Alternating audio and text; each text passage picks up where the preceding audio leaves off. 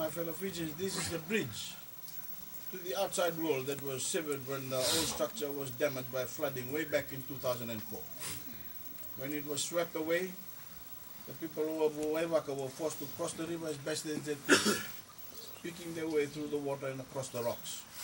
It was difficult, it was wet, and it was sometimes dangerous, especially in times of heavy rain. And naturally, the villagers here were especially worried about the vulnerability of young children trying to cross the river.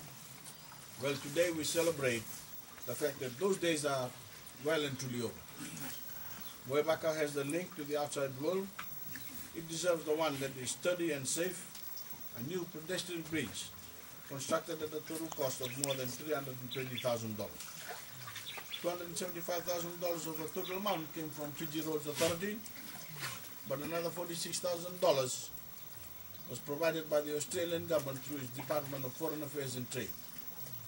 And as I said in the Turkish language, on behalf of the Fijian government and the people of WAIVAKA, I want to thank Australia for its generosity.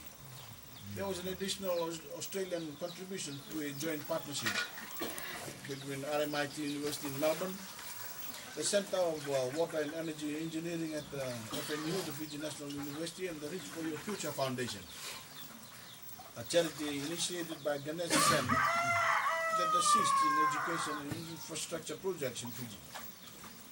Students from FNU and RMIT designed the bridge under the supervision of a local structural engineering firm, Engineered Designs.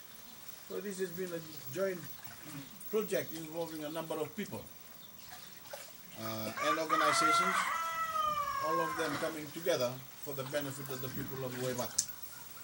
I keep talking about the importance of Team Fiji. Well, this was teamwork, but also involved some members of Team Australia.